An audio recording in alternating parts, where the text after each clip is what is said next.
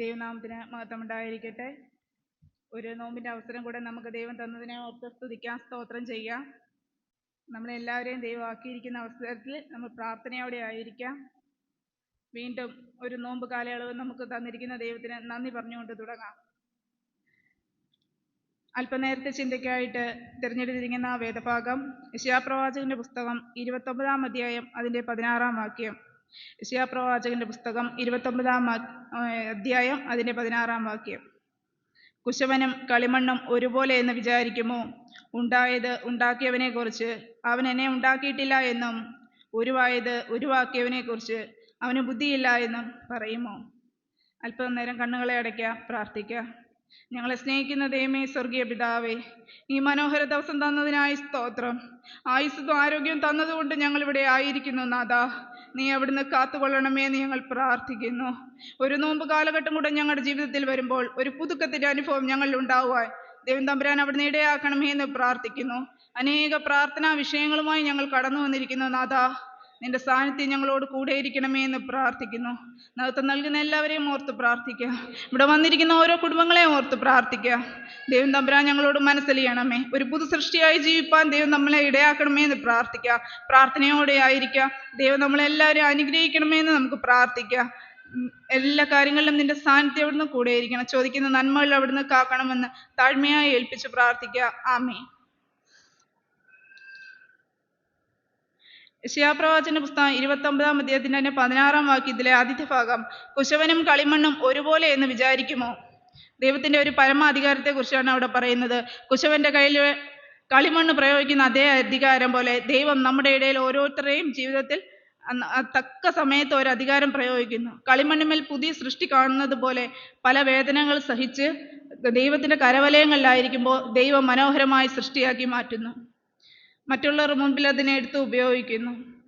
പൊടിയിൽ നിന്ന് എടുത്തുണ്ടാക്കിയ മനുഷ്യന്റെ മേൽ ദൈവത്തിന് വ്യക്തമായ ഒരു പ്ലാനിങ് ഉണ്ട്. എന്നെയും നിങ്ങളെയും കുറിച്ച് ഈ നോമ്പ് കാലത്ത് ദൈവം ആഗ്രഹിക്കുന്നതാണ്. നിങ്ങൾ ഇന്ന് ഇപ്പോൾ ശ്രദ്ധിച്ചാൽ അറിയാം, നമ്മൾ വായിച്ച ഭാഗങ്ങളിലെല്ലാം എന്താണ് നമ്മുടെ ജീവിതത്തിൽ വേണ്ടത് എന്നമായ ഒരു ഉദ്ദേശം ദൈവം എന്നെയും നിങ്ങളെയും കുറിച്ചുണ്ട്. അതുകൊണ്ടാണ് ഞാനും നിങ്ങളും ഇവിടെ ആയിരിക്കുന്നത്. ഇല്ലെങ്കിൽ മാറ്റപ്പെട്ടു പോകേണ്ട സമയം ആയിരിക്കുന്നു.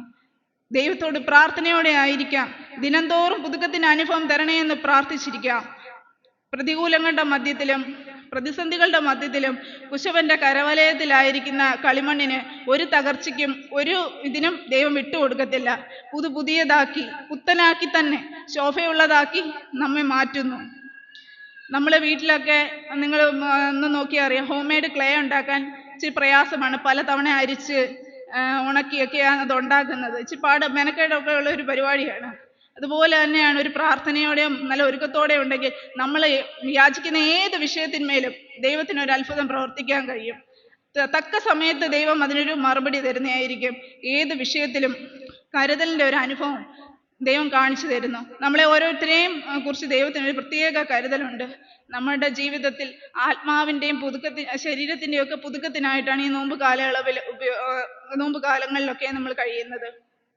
പ്രാർത്ഥനയും ജീവിതത്തിൽ ഒരു മാറ്റവും ഒക്കെയാണ് ദൈവം തമ്പുരാൻ ആഗ്രഹിക്കുന്നത്. യിരെമ്യാ പ്രവാചകന്റെ പുസ്തകം 18-ാം അധ്യായം അതിന്റെ 6-ാം വാക്യത്തിലും അത് തന്നെ ദൈവം നമ്മളോട് പറയുന്നു. കളിമണ്ണും കുശവന്റെ കയ്യിൽ ഇരിക്കുന്നത് പോലെ നിങ്ങൾ എൻ്റെ കയ്യിലിരിക്കുന്നു, ഞാനും നിങ്ങളും ദൈവത്തിന്റെ കരങ്ങളിലിരിക്കുന്നു. ഒരു പുതു സൃഷ്ടിയാവുക ഈ നോമ്പ് നമ്മളെ എല്ലാവരെയും അനുഗ്രഹിക്കണം. എങ്കിൽ മാത്രമേ ഒരു മാറ്റത്തിന്റെ അനുഭവം ഉണ്ടെങ്കിൽ മാത്രമേ ഇന്ന് നമ്മളിവിടെ കടന്നു വന്നത് വൃഥാവായി പോയി എന്ന് നമ്മൾ പറയാതിരിക്കത്തുള്ളൂ. ഇല്ലെങ്കിൽ വന്നു കേട്ടു കണ്ടു പോയി, അതിൽ ഒരു മാറ്റം ഇന്നും നമുക്കൊക്കെ ഉണ്ടാവില്ല ജീവിതത്തിൽ. കഴിഞ്ഞ വർഷം നമ്മളെ കാത്ത ഒരു ദൈവം ഈ ഒരു വർഷക്കാലം നിങ്ങൾ ചിന്തിച്ചു നോക്കിയാൽ ദൈവത്തിന്റെ ഒരു പ്ലാനിങ്ങിലാണ് നമ്മൾ ജീവിച്ചുകൊണ്ടിരിക്കുന്നത്, അല്ലേ? നമ്മൾ ഏതെങ്കിലും ഒരു കാര്യം നിങ്ങൾ പ്ലാൻ ചെയ്തതുപോലെ ചിലപ്പോൾ നടന്നു കാണത്തില്ല. എന്നാൽ ദൈവം പ്ലാൻ ചെയ്തു, നമ്മൾക്കത് സാധിച്ചു. നിങ്ങളെ എന്നെയും ഇവിടെ ആക്കിയിരിക്കുന്നു. തീർച്ചയായിട്ടും ഒരു പ്രാർത്ഥനയുടെ അനുഭവം നമ്മുടെ ജീവിതത്തിൽ ഉണ്ടായിരിക്കണം. രണ്ടാമത്തെ അത് അവിടെ തന്നെ ഒരു ചോദ്യത്തിന്റെ അനുഭവമാണ്. കുശവനും കളിമണ്ണും ഒരുപോലെ എന്ന് നിങ്ങൾ വിചാരിക്കുമോ? ഇവിടെ നിങ്ങൾക്ക് വേണ്ടി ഒരു ചോദ്യചിഹ്നം ഇടുകയാണ്. നമ്മൾ വിചാരിക്കുന്നു ഇല്ലയോ?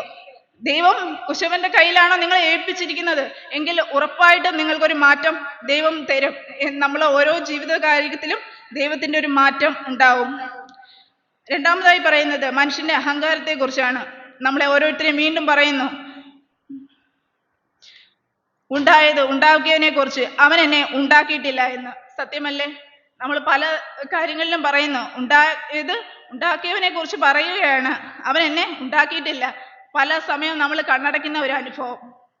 കണ്ണടച്ചാൽ നമുക്ക് എന്താ കാണുന്നത്? ഇരുട്ടാണ് കാണുന്നത്. ഒരു ഇരുട്ടിന്റെ അനുഭവത്തിലേക്ക് ചിലപ്പോൾ നമ്മളെയൊക്കെ കൊണ്ടുപോകാൻ എന്ത് ചെയ്യും?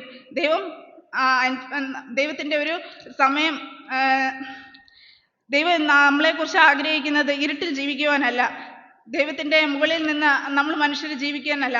സ്നേഹം നഷ്ടമാകുന്ന അവസ്ഥയിലും വിശ്വാസം ഇല്ലാത്ത അവസ്ഥയിലും ദുഷ്ടൻ നമ്മളെ വിഴുങ്ങാൻ ഭാവിക്കുന്ന സന്ദർഭത്തിലും സാത്താന്റെ ഒരു കടന്നുവരവിലും ഇരുൾ നിറഞ്ഞ ജീവിതത്തിലും ദൈവത്തിന് മന്ദിരം നശിപ്പിക്കാൻ അനേകർ വരുമ്പോൾ നമ്മൾ പറയുന്നു, നിനക്ക് എൻ്റെ മേൽ എന്തോ അധികാരമില്ല, ഞാൻ ഒറ്റയ്ക്ക് വന്നതാ അല്ലേ? ഞാനും നിങ്ങൾ ഒറ്റയ്ക്ക് വന്നതാണോ? ഒന്ന് ഓർത്ത് നോക്കിയേ. ഇന്ന് ഈ നിമിഷം വരെയും നിങ്ങളുടെ പ്രായം വരെയും ദൈവം തമ്പുരാൻ എടുത്ത് ഉപയോഗിച്ച് നിങ്ങളെ ഇവിടെ ആക്കിയിരിക്കുന്നു. എന്നാൽ നമ്മൾ ഒരു കുഞ്ഞിൻ്റെ മരണമൊക്കെയും കണ്ടതാണ് ടി വികളിലൂടെ. എന്നാൽ ആ കുഞ്ഞ് അനേകർക്ക് പുതുജീവൻ നൽകിയാണ് ഈ ലോകത്തുനിന്ന് മാറ്റപ്പെട്ടു പോയിരിക്കുന്നത്. അതുപോലെ തന്നെ നമ്മൾ മറ്റുള്ളവർക്കൊരു പ്രയോജനമുള്ള ജീവിതങ്ങളായി വരുവാൻ ദൈവം തമ്പുരാൻ നമ്മളെ കുറിച്ച് ആഗ്രഹിക്കുന്നു. മൂന്നാമതായി പറയുന്നത് ദൈവത്തിന്റെ ഒരു വിവേകമാണ്. ഉരുവാക്കിയവനെ കുറിച്ച് അവന് ബുദ്ധിയില്ല എന്ന് പറയുമോ? ചില സമയങ്ങളിൽ നമ്മൾ പറഞ്ഞു പോകും, ദൈവമേ, ഇങ്ങനെ ഒരു ജീവിതം എനിക്ക് നീ തന്നുവല്ലോ. നമ്മുടെ ദൈവത്തിന്റെ പ്രവൃത്തികൾക്ക് എന്തുണ്ട്? ഒരു വിവേകമുണ്ട്. തക്ക സമയത്ത് പ്രവർത്തിക്കുന്ന ഒരു ദൈവമാണ്. കാലിടറുമ്പോൾ നമ്മളെ താങ്ങി നടത്തുന്ന ഒരു ദൈവം. നമ്മുടെ പ്രതിസന്ധികളിലും പ്രതികൂലങ്ങളിലും നമ്മളെ കൈപിടിച്ച് കരങ്ങളിൽ നടത്തുന്ന ഒരു ദൈവം. റോമർക്ക് എഴുതിയ ലേഖനം 9-ാം അധ്യായത്തിന്റെ 20-ാം വാക്യത്തിൽ തന്നെ പറയുന്നു, മെനഞ്ഞവനോട് നീ എന്നെ ഇങ്ങനെ ചമച്ചത് എന്ത് എന്ന് ചോദിക്കുമോ? മെനഞ്ഞവനോട് നീ എന്നെ ഇങ്ങനെ ചമച്ചത് എന്ത് എന്ന് ചോദിക്കുമോ? നമ്മുടെയൊക്കെ ജീവിതത്തിലെ അനുഭവങ്ങൾ അങ്ങനെയാണ്. നമ്മൾ ചോദ്യങ്ങൾ ചോദിക്കുന്ന ഒരു അവസരത്തിലാണ് ഇന്ന് ജീവിക്കുന്നത്. ഈ നോമ്പ് നമ്മളെക്കുറിച്ച് എന്താണ് ആഗ്രഹിക്കുന്നത്? ഒരു പുതിയ സൃഷ്ടിയായി ജീവിക്കുവാൻ തന്നെയാണ്.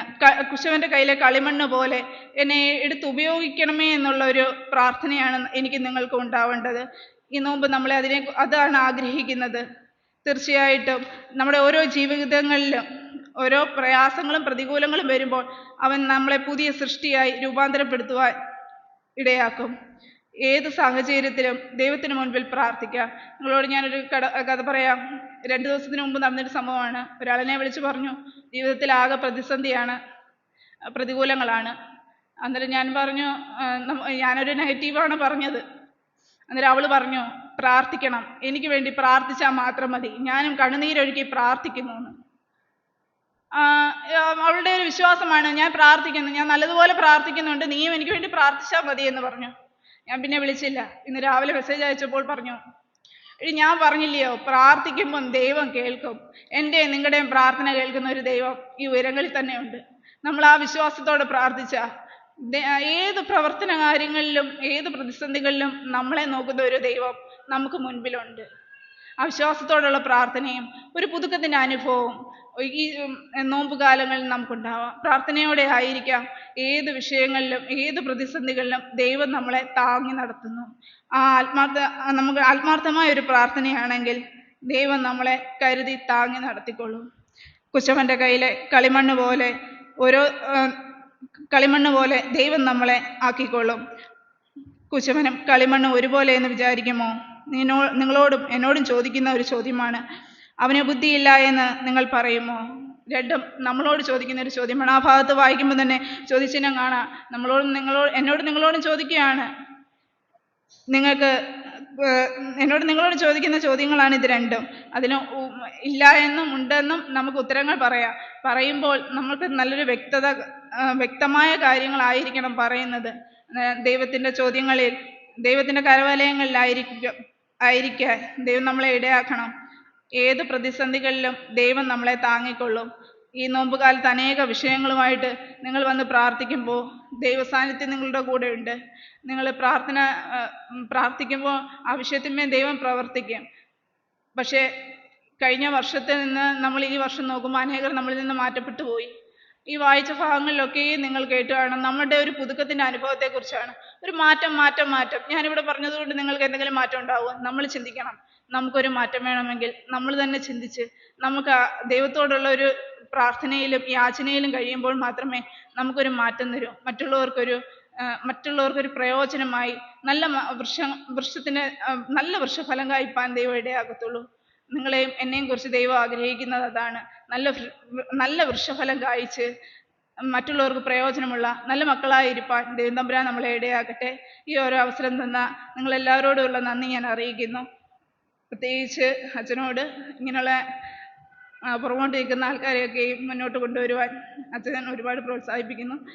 ഒത്തിരി സന്തോഷമുണ്ട്. പിന്നെ വരങ്ങാട് പ്രാർത്ഥനാ കൂട്ടത്തോടും ഉള്ള നന്ദി അറിയിക്കുന്നു. എന്തെങ്കിലും തെറ്റുകൾ പറഞ്ഞിട്ടുണ്ടെങ്കിൽ ക്ഷമ ചോദിക്കുന്നു. ദൈവം തമ്പുരാൻ നമ്മളെല്ലാവരും അനുഗ്രഹിക്കട്ടെ എന്ന് പ്രാർത്ഥിക്കുന്നു.